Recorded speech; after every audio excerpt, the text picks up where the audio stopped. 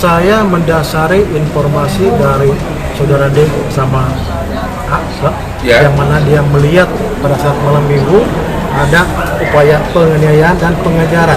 Ada 3 kata kunci yang saya dapat majelis dari saudara penasihat hukum. Pertama, penyampaian laporan palsu. Yang kedua, seorang ayah yang sekaligus merangkap sebagai otoritas personil penegakan hukum. Dan yang ketiga, melakukan penyiksaan.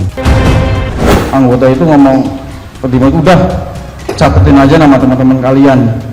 Kita disuruh minum air kencing, makan juga kita dilempar.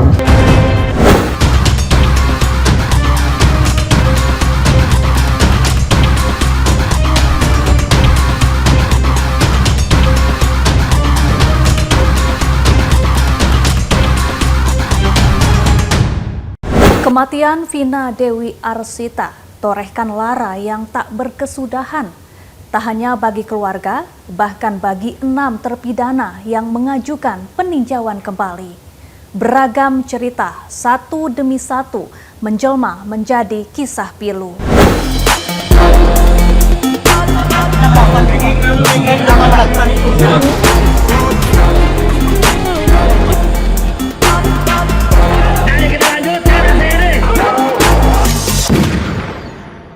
Delapan tahun mendekam dalam penjara membuat para terpidana kasus Vina membuka semua cerita derita yang dialaminya. Urai air mata, tularkan duka dan membawa nuansa haru. Hadi, salah satu terpidana, mulai beberkan rentetan cerita pedih yang ia alami. Lamat-lamat suara Hadi tercekat dan mengundang isak tangis pilu. Terus waktu itu saya mendengar anggota itu ngomong, terima itu udah catetin aja nama teman-teman kalian. Kita disuruh minum air kencing, Pak. Setelah itu kita disitu disiksa, Pak. Nunggu sampai pagi itu kita tidur di situ. Kasih makan pun kita itu makan juga kita dilempar. Satu persatu rangkaian cerita haru dikumandangkan dengan lantang. Kini giliran Eka Sandi yang melantunkan cerita duka yang ia terima. Saya di situ dipukulin lah, dimasukin rokok dan dikepak. Masukin apa? Rokok. Rokok. Sini. Dimasukin Rokok yang nyala. dalam, Pak. Tendang-tendangin, Pak, injek-injekin. Saya ngeliat tadi saya lagi diinjek-injek, saya bilang jangan, saya aja yang dipukulin. Tetap aja, Pak, kita diinjek-injek semuanya. Dipaksa suruh tanda tangan, tapi dipegangnya sama polisi. Tangan saya udah gak bisa ngapa-ngapain. Waktu jam 12 saya pindahin lagi, ganti lagi orang, gak tahu. Cerita senada melantun dari bibir Eko Ramadhani. Sembari tercekat sesak, ia beberkan perlakuan kasar yang menyasar padanya. Tanya senam bahasanya. Kita di push up, disapetin pakai sapu, patah-patah. Dalam peninjauan kembali yang dilakoni oleh 6 terpidana, Pengadilan Negeri Kota Cirebon menunjuk 3 hakim untuk memimpin jalannya sidang peninjauan kembali.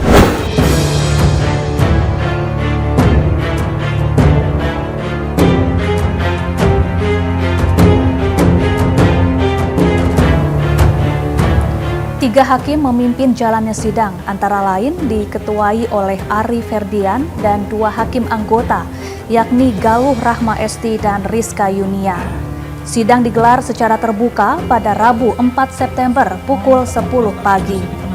Sementara itu, salah satu kuasa hukum terpidana kasus pembunuhan Vina dan Eki mengaku sudah mempersiapkan materi memori PK dan saksi fakta. Dan dari TKP Rifali kumpul dengan teman-teman, dengan TKP kejadian itu berbeda jauh. Untuk Rifali sendiri tidak membuktikan masalah itu adalah pembunuhan ataupun kecelakaan ya. Kami hanya akan mengangkat yaitu tentang error personanya bahwa Rifali disangkakan di dalam kasus pembunuhan Vina dan Eki. Nah, untuk harapan kedepannya untuk para majelis hakim nanti yang ataupun nanti hakim MA yang akan melihat memori kami ini, saya berharap mereka itu akan lebih teliti meninjau dari mulai BAP, dakwaan, tuntutan hingga putusan banding dan putusan kasasi. Bisa mereka pelajari semua, bisa mereka lihat dan telaah mereka bahwa memang klien kami Rivaldi itu tidak adanya suatu sangkut paut gitu dengan kasus pembunuhan Vina dan Eki. Sebelumnya, 6 terpidana kasus pembunuhan Vina dan Eki, yakni Eko Ramadhani, Eka Sandi, Supriyanto, Hadi, Jaya, dan Sudirman, melalui kuasa hukumnya mengajukan peninjauan kembali di Pengadilan Negeri Cirebon, Jawa Barat. Kuasa hukum terpidana menyebut menyiapkan 2 saksi, yakni Ismail dan Adi, yang mengetahui persis kejadian di malam peristiwa meninggalnya Vina dan Eki. Lebih dulu, terpidana bebas kasus pembunuhan Vina dan Eki, Saka Tatal, telah rampung menjalani sidang peninjauan kembali di Pengadilan Negeri Cirebon dan masih menunggu hasil. Sekelumit drama yang menghilangkan nyawa Vina dan Eki, yang juga merupakan anak dari Ibtu Rudiana, mengundang beragam pro dan kontra. Sebagian pihak meyakini harus ada pihak yang bertanggung jawab atas kematian sejoli ini. Namun, sebagian pihak tak senada dan meyakini bahwa kematian Vina dan Eki adalah murni kecelakaan tunggal. Masalah bahwa Eki dan Vina ini dibunuh, ya kita sependapat karena berdasarkan visum et repertum yang mana pada saat pembongkaran kuburan, yaitu tanggal 2 September 2000 itu ada dinyatakan pembongkaran kuburan, dinyatakan mayat tersebut pada hari Sabtu tanggal 27 Agustus 2016 sekitar jam 22, korban ditemukan dekat jembatan layang tol Talun, ya di situ. Kemudian kalau kecelakaan di sini jelas dari hasil forensik dinyatakan ada trauma benda tajam dan trauma benda tumpul. Terutama karena yang waktu itu masih hidup, masih hidup dibawa ke rumah sakit, itu ada jahitan, ya, jahitan. Di sini dijelaskan di dalam visum pada pipi kanan 9 cm dari pertengahan depan, 7 cm di dekat rongga itu ada trauma benda tajam yang mana telah dijahit dan ada 2 simpul. Setelah dibuka ada jaringan. Mungkin supaya bisa jelas, tunggu, bisa jelas, ini saya kasih lihat fotonya, ya, foto di mana ini ada, mana bisa kelihatan nggak, Mbak? Terlihat itu di sini jahitan, ya, itu benda tajam. Terus kemudian di punggung tangan kirinya itu kena sayatan juga benda tajam. Tulisannya kalau didempetkan ada tulisan V, ya. Dari saksi-saksi fakta yang kemarin kami hadirkan, di situ kan juga banyak yang telah mencabut keterangannya. Artinya apa? Bahwa mereka ditangkap, mereka di LP, kan dibuat laporannya, lalu mereka diarahkan oleh Rudiana. Jadi cerita kasus pembunuhan 2016 ini kan berdasarkan keterangan saja.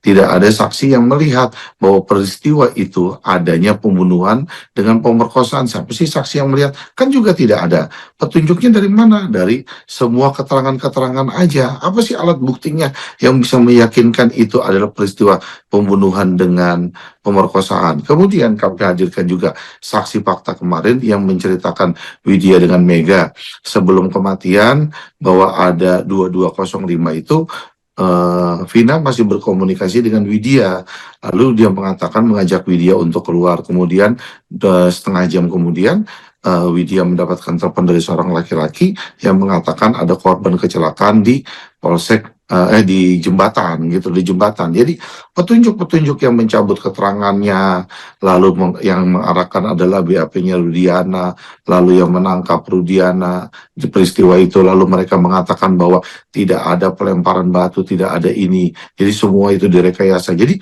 kami semakin yakin bahwa peristiwa ini tuh tidak ada terjadinya pembunuhan pemerkosaan.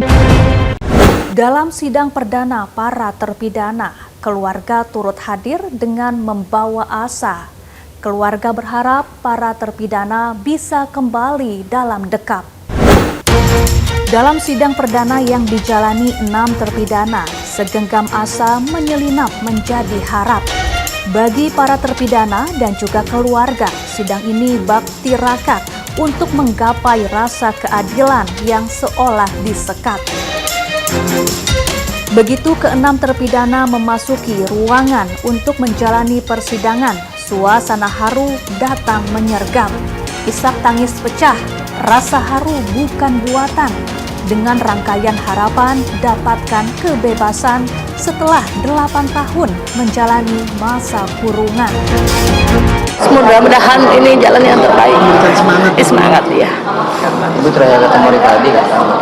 Saya terakhir ketemu Rivaldi itu habis Lebaran. Keluarga juga berharap sidang PK ini bisa menghantarkan kembali kehormatan dan nama baik yang sempat melayang.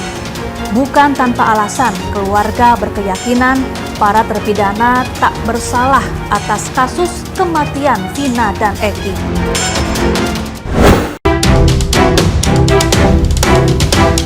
Selain keluarga, sidang PK para terpidana juga mendapatkan dukungan dari rekan yang meyakini bahwa para terpidana tidak bersalah.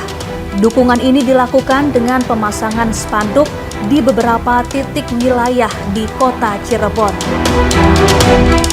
Dalam rangka mendukung teman kita yang akan menjelang sidang PK.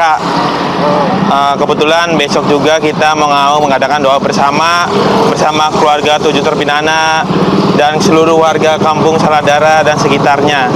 Harapannya PK berjalan lancar, dikabulkannya PK 7 terpidana.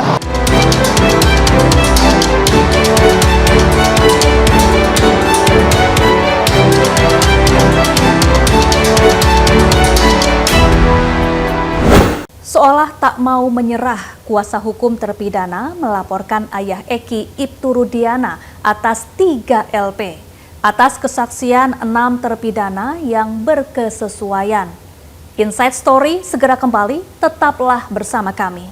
Kalau saya mendasari informasi dari saudara D sama A, yang mana dia melihat pada saat malam minggu ada upaya penganiayaan dan pengejaran. Ada 3 kata kunci yang saya dapat majelis dari saudara penasihat hukum. Pertama, penyampaian laporan palsu. Yang kedua, seorang ayah yang sekaligus merangkap sebagai otoritas personil penegakan hukum.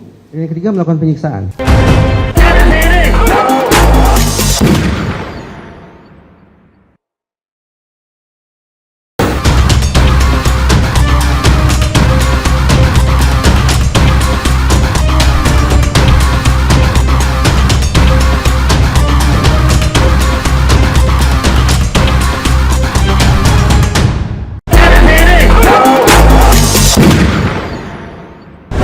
Seakan menjadi ironi, sejak kematian Vina dan Eki kembali muncul ke permukaan, sosok Ibtu Rudiana justru menghilang. Atas kasus ini, Ibtu Rudiana sempat diduga melakukan penyelidikan tidak transparan, pernah dilaporkan ke Propam Polri sebelum akhirnya kembali muncul ke publik.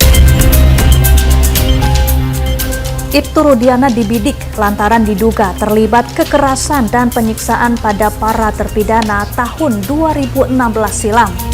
Bukan tanpa alasan, sosok Rudiana tidak pernah muncul sejak kasus Vina mencuat ke publik.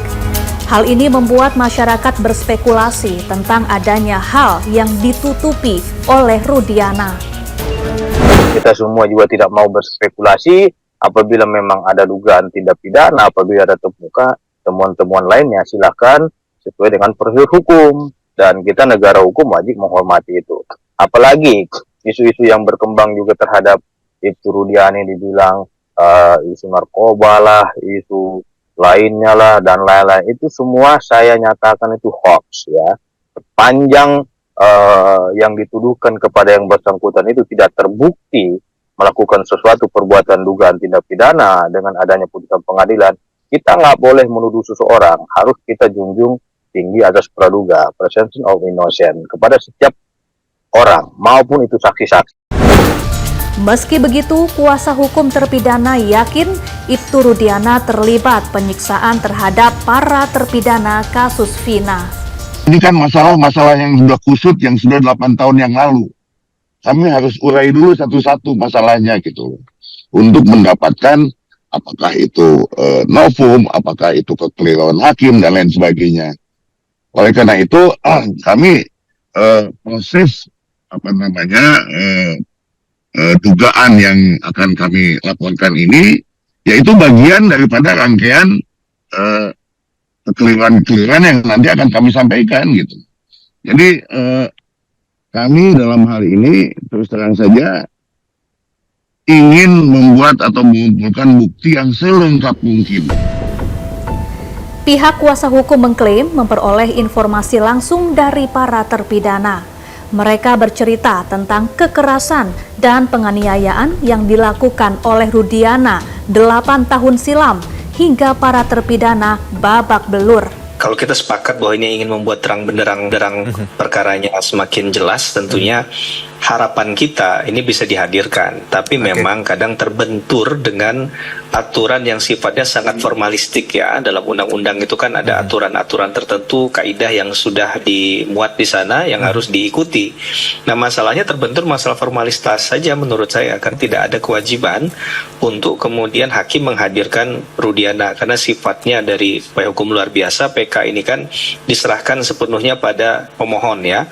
Nah, pemohon dalam hal ini tentunya tidak bisa kemudian menjangkau hal tadi untuk menghadirkan Rudiana, karena dalam persoalan ini mungkin kalaupun mau dimasukkan ke dalam wilayah mana yang berhak mengajukan tadi adalah di wilayahnya jaksa penuntut umum, dan memang sudah terlambat kalau di PK. Tapi ya melihat dinamika persoalan yang tidak kunjung selesai, memang seharusnya kita sepakat bahwa ini bisa dibuat menjadi titik ya perkara ini ya. Maka bagaimana caranya? Salah satunya sebenarnya menghadirkan Rudiana, karena versi dari Pak Rudiana ini kan penting juga ya kita dengarkan agar ada perbandingan dan bisa dinilai mana yang kemudian berkesesuaian, mana yang tidak.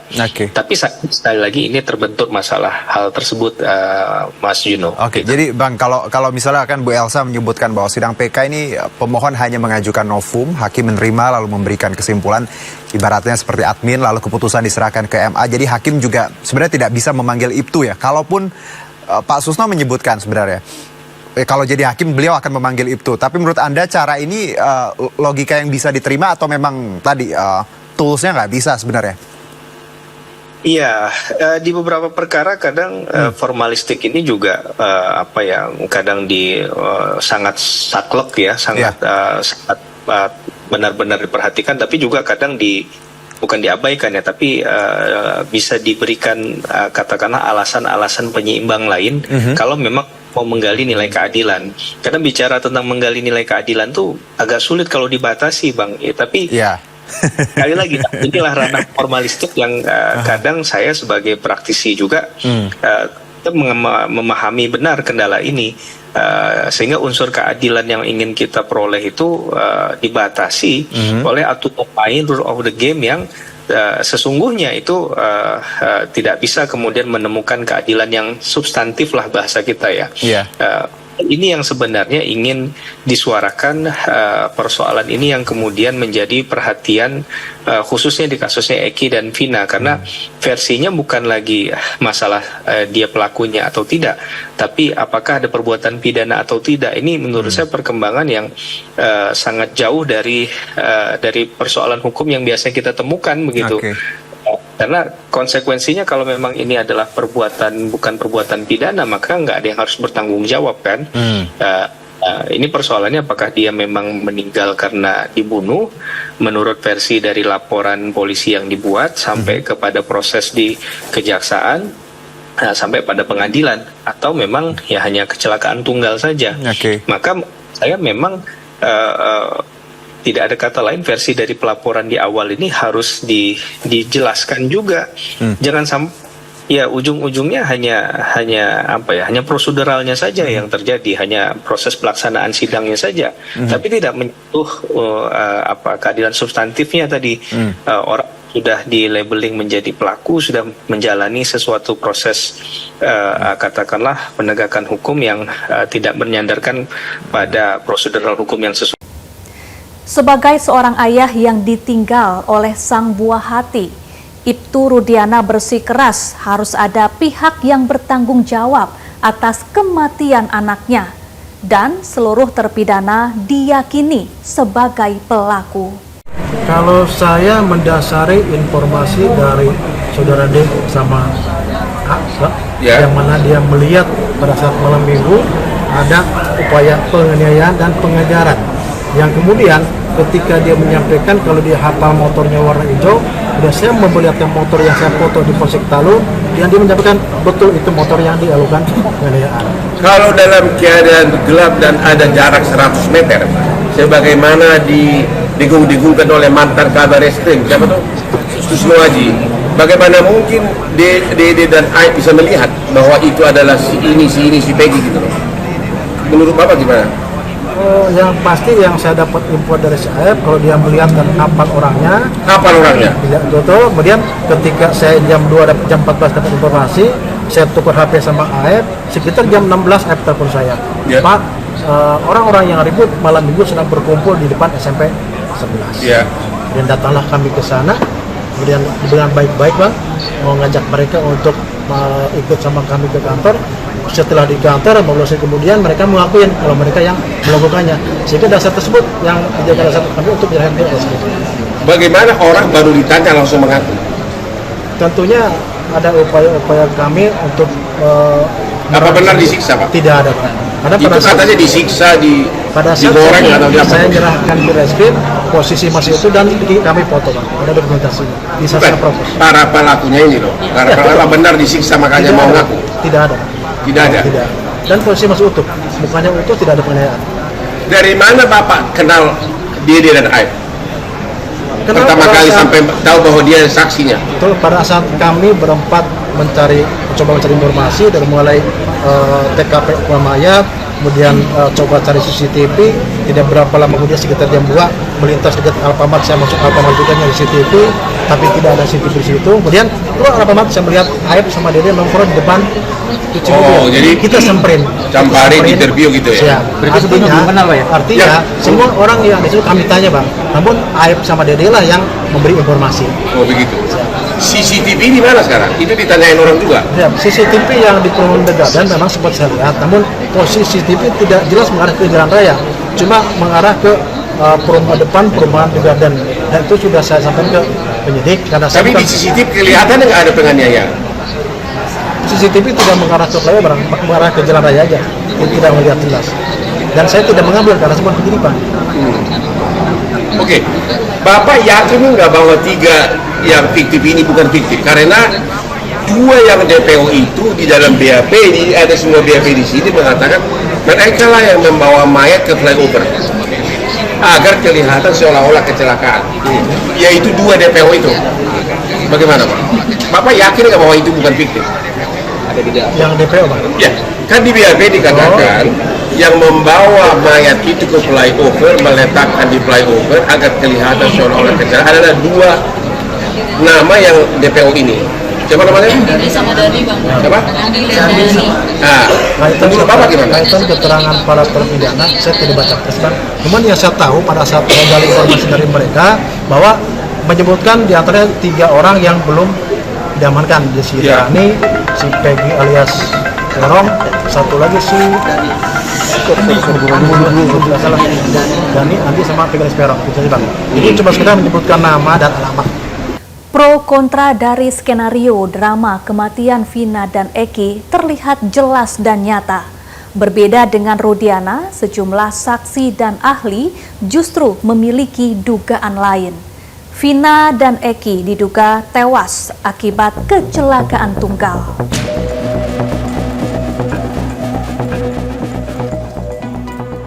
Ex-Kabareskrim Polri Susno Duaji dalam sidang lanjutan 6 terpidana kasus kematian Vina dan Eki tegaskan kematian Vina dan Eki disebabkan kecelakaan tunggal sesuai penyelidik awal pihak Kepolisian Resort Cirebon. Ini kan sudah terbukti, sudah selesai mestinya. Terbukti seperti apa, Pak? Yang kecelakaan lalu lintas siapa yang bilang bukan kecelakaan lalu lintas? Kenapa Pak meyakini itu kecelakaan lalu lintas? Bukan saya meyakini, itu hasil pemeriksaan Polres kecelakaan lalu lintas. Masa saya sebagai mantan Kapolda menaibkan itu? Terus jadi apa aja Pak yang diberikan kesaksiannya Pak? Ya, kesaksian tentang jalannya pemeriksaan bagaimana ya, sampai jalannya pemeriksaan Babeliut. Atas kesaksian para terpidana yang berurai air mata, keluarga terpidana didampingi kuasa hukum melaporkan Ibtu Rudiana ke Bareskrim Polri atas dugaan penganiayaan dan intimidasi untuk memaksa para terpidana agar mengaku sebagai pelaku.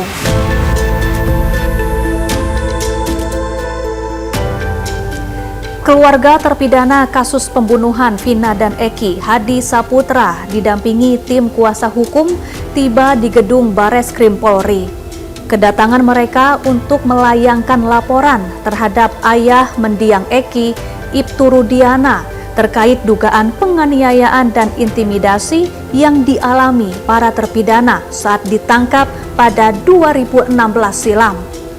Pihaknya menduga penganiayaan atau penyiksaan terjadi saat proses pemeriksaan agar mereka mau mengaku sebagai pelaku pembunuhan Vina dan Eki. Saya mengawal warga ini kan dari aspek sosial, dan dia yang menangani. Itu saja. Jadi kau yang memulai, kau yang mengakhiri. Kuasa hukum Ibtu Rudiana menampik segala tuduhan atas kliennya. Kuasa hukum menyebut jangan putar balikan korban sebagai pelaku. Ibtu Rudiana menunjuk Elsa Syarif, Pitra Romadoni, dan Perkumpulan Penasihat Hukum Indonesia sebagai kuasa hukumnya. Serangan balik disiapkan oleh Ibtu Rudiana dan kuasa hukum untuk menanggapi tudingan yang selama ini menyasar kepada dirinya. Tim kuasa hukum menilai selama ini pemberitaan dan tudingan terkait keterlibatan Ibtu Rudiana mengenai penangkapan para terpidana kasus kematian Vina dan Eki adalah hoax. Meski Ibtu Rudiana telah dilaporkan ke Bareskrim atas dugaan penganiayaan kepada terpidana, kuasa hukum menilai laporan itu belum tentu ditindaklanjuti. Selain berstatus sebagai terlapor, Ibtu Rudiana juga berstatus sebagai ayah almarhum Eki yang menjadi korban pembunuhan. Masih terbuka untuk Dede Riswanto, Dedi Mulyadi, dan Liga Akbar. Kenapa kami sampaikan somasi terbuka? Karena kita tidak ya, tegas ya. Oke rekan-rekan, cukup ya? Pasca dilaporkan, Bareskrim Polri menyatakan Ibtu Rudiana tidak melakukan pelanggaran etik. Atas tuduhan yang sempat disasarkan, Reza Indragiri yang pernah menjadi ahli dalam sidang PK menyampaikan permohonan maaf. Polri yang dibacakan oleh Kadif Humas Mabes Polri, yaitu bunyinya kurang lebih bisa dicek gitu. Ibtu Rudiana selaku orang tua korban disimpulkan tidak melanggar etik apapun, maka praktis penilaian saya tentang Ibtu Rudiana salah total, majelis. Salah bagi saya untuk menganggap Ibtu Rudiana sebagai sosok yang telah menjahati masyarakat. Salah bagi saya untuk memandang Ibtu Rudiana sebagai potret personil penegakan hukum yang telah menyusahkan lembaganya sendiri. Salah bagi saya untuk menyimpulkan bahwa Ibtu Rudiana telah melanggar sekian banyak poin dalam kode etik profesi Polri.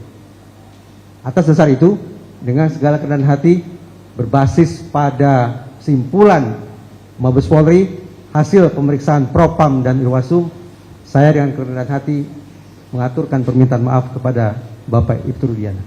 selaku personil Polri. Demikian. Tetapi kembali ke pertanyaan saudara penasihat hukum. Seandainya hal-hal yang saudara katakan tadi itu benar adanya, maka tadi sudah saya sampaikan.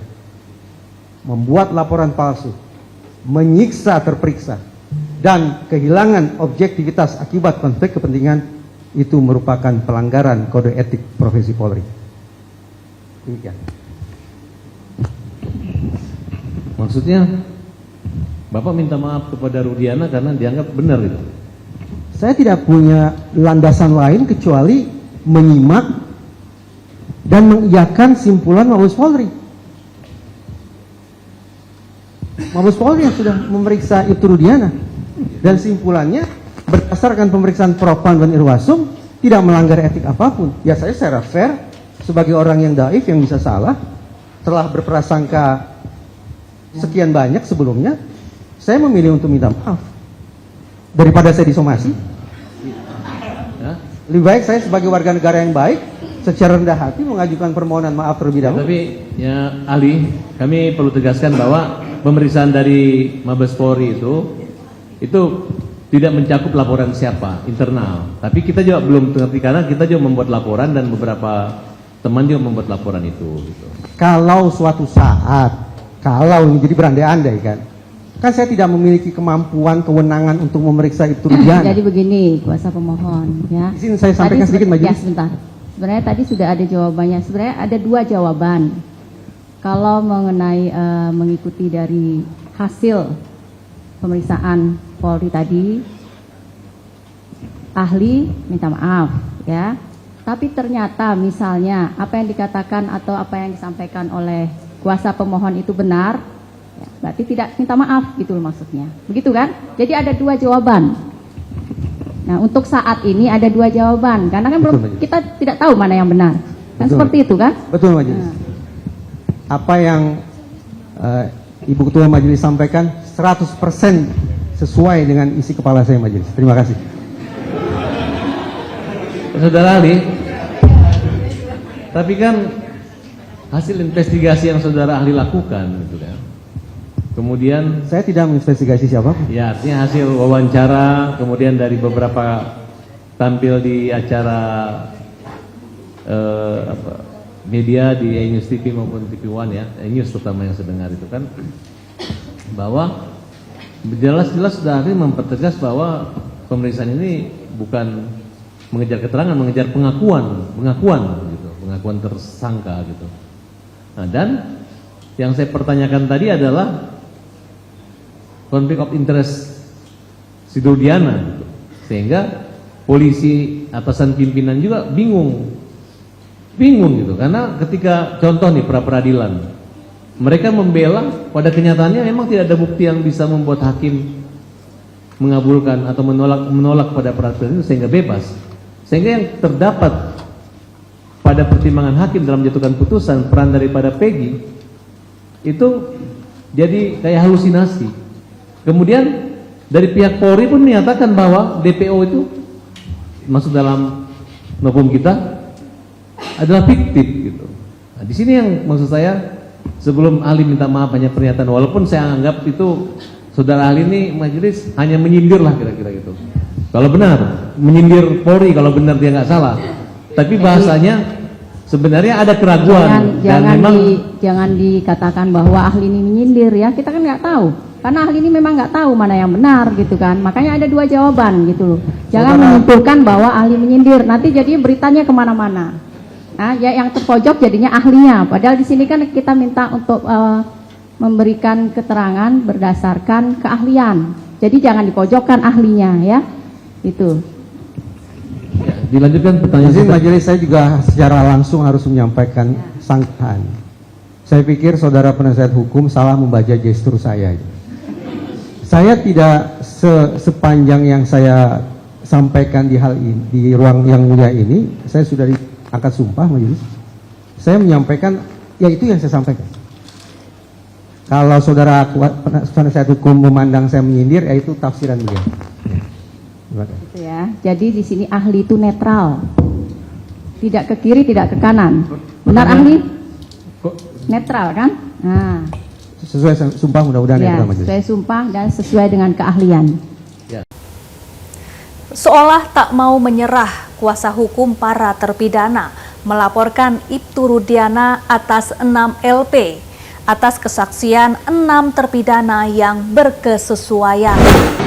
Jangan perhatian kita hanya terhadap peninjauan kembali, sidang peninjauan kembali ini.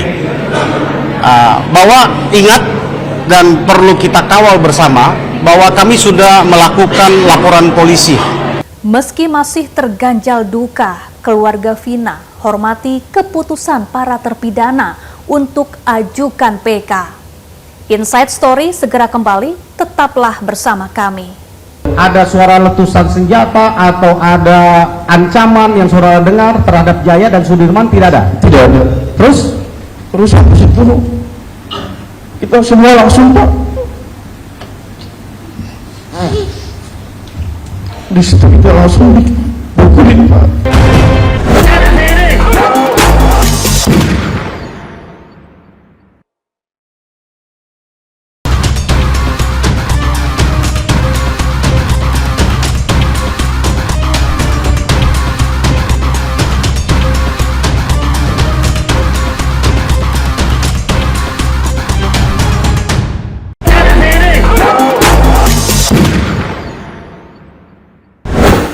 Kisah tragis yang dialami dua sejoli, Vina dan Eki, menjadi drama nyata yang hadirkan dera air mata. Teka-teki kematian keduanya menjadi premis yang menjelma babak-babak pencarian keadilan. Usai permohonan peninjauan kembali Saka Tatal, rupa-rupanya memantik jalan bagi terpidana lain untuk menggapai keadilan. Bagi 6 terpidana, Agustus lalu menjadi awal langkah baru.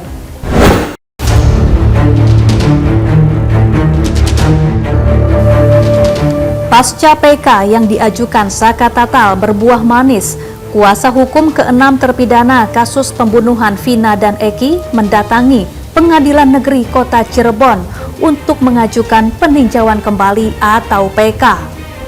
Ke-6 terpidana yang mengajukan PK yakni Rivaldi, Eka Sandi, Eko Ramdhani, Hadi Saputra, Jaya, dan Supriyanto.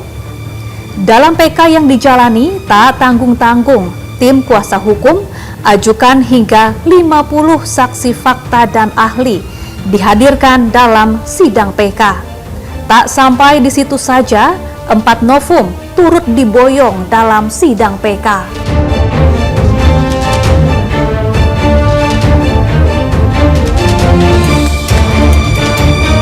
Izin yang majelis, yang mulia. Tarik napas dulu, tarik napas dulu.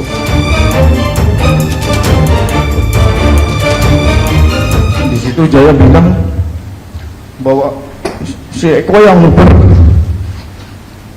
Hadi yang mukul. Tiba-tiba mendengar Eko yang menguber dengan Eko yang memukul itu terdengar jelas oleh saudara. Hadi yang mukul Pak.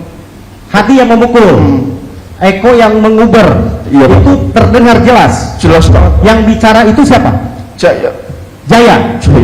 Oke. Jaya yang sampaikan gitu ya? Siap. Oke. Saudara ada mendengar tidak bunyi sesuatu di dalam ruangan Sudirman dan Jaya, baik itu katakan letusan senjata atau ada suara keras apapun saudara dengar? Enggak sih Pak, cuma dari keterangan Jaya aja Pak. Itu ketika polisi di dalam memeriksa Jaya dengan Sudirman dengan suara yang biasa, normal atau dibentak? Takutan gitu Pak. Ketakutan ya? Iya. Okay. Tapi saudara tidak mendengar ada suara letusan senjata atau ada ancaman yang saudara dengar terhadap Jaya dan Sudirman? Tidak ada? Tidak ada. Terus habis itu kita semua langsung Pak. Di situ kita langsung dipukulin Pak. Pengadilan PK hari ini, mohonlah penyidik di mana? Bareskrim, Mabes Polri. Kami sudah tunjukkan fotonya. Dan itu betul. Kondisi mereka itu begitu. Walaupun saat itu katanya sudah diproses secara internal oleh pihak kepolisian, oknum-oknum polisi tersebut. Meski masih terganjal duka, pihak keluarga Vina hormati keputusan para terpidana untuk ajukan peninjauan kembali.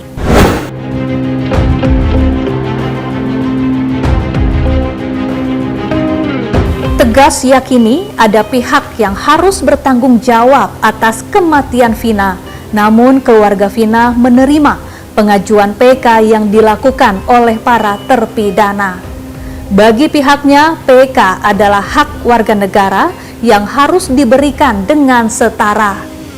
Meski begitu, pihak keluarga masih tegas dan tak menganulir keyakinan pada putusan sidang 2017 silam. Memberikan pendapat tentang peninjauan kembali dari 6 terpidana itu adalah hal yang wajar dan hak daripada setiap warga negara untuk melakukan upaya hukum, itu sah-sah saja menurut kami.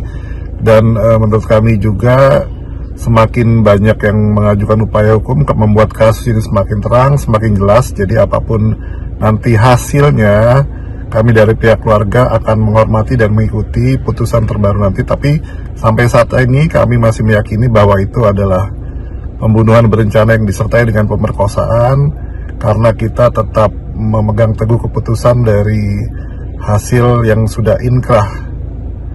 Dan apapun nanti, ya kita tunggu saja kelanjutannya dan kita tetap mengikuti jalannya persidangan nanti. Sidang peninjauan kembali 6 terpidana kasus Vina diwarnai aksi protes. Dengan dalih mengandung unsur asusila, hakim meminta sidang dilakukan secara tertutup.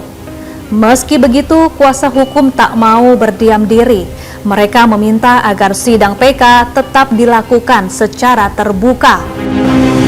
Penasihat hukum tadi sudah secara tegas disampaikan oleh Profesor Dr. Otto Hasibuan. Kami sepakat kalau tetap habis 15 menit skor ini dinyatakan masih tertutup, maka kami tidak akan melanjutkan sidang ini. Alasannya apa, Pak? Alasannya memang di putusannya 340 dan di tingkat pertama bahwa pengadilan ini juga terbuka untuk umum.